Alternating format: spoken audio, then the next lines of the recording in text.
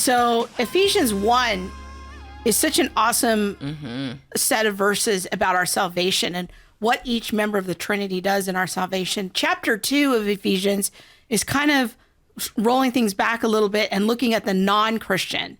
And it talks about how non-Christians are taken away by the ruler of the kingdom of the air, the spirit of the age, that they're disobedient and gratifying the cravings of their flesh. Now, when we go down a little bit in Ephesians chapter 2, we're going to scroll down here a little bit. It's talking about our salvation. By grace, we've been saved. This famous passage, through faith. This is a gift, not of yourselves. No one can boast. Okay, so let's keep going here. Then we get to this passage that is so important. So maybe start reading through it for us in verse 11.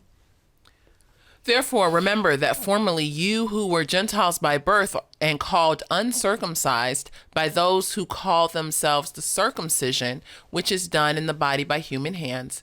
Remember that at that time you were separate from Christ, excluded from citizenship in Israel and foreigners to the covenants of promise, without hope and without God in the world. But now in Jesus Christ, you who were once far away have been brought near by the blood of Christ. For he himself is our peace, who has made the two groups one and has destroyed the barrier, the dividing wall of hostility, by setting aside in his flesh the law with its commands and regulations.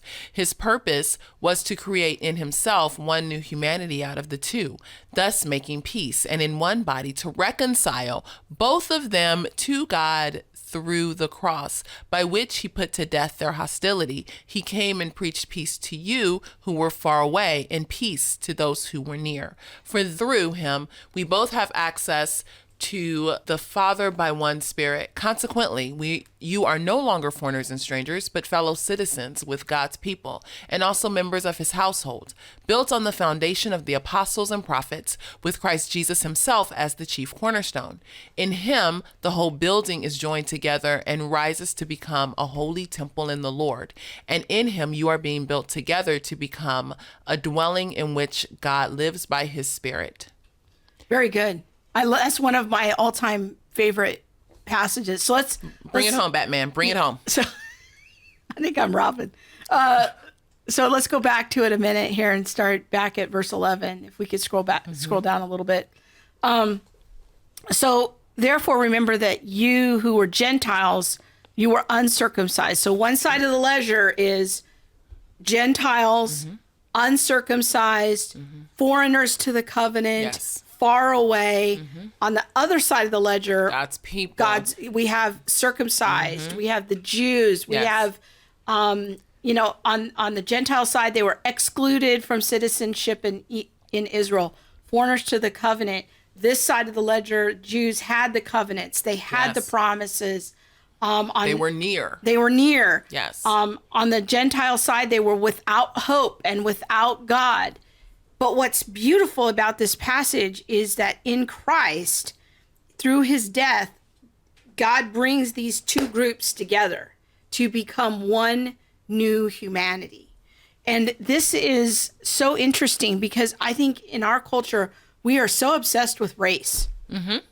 I mean, we are so obsessed with melanin. But it's everywhere. It's everywhere. It's presented to us everywhere. I don't know that it is like, we just are naturally obsessed with it. I think we are presented with it everywhere. It's programming.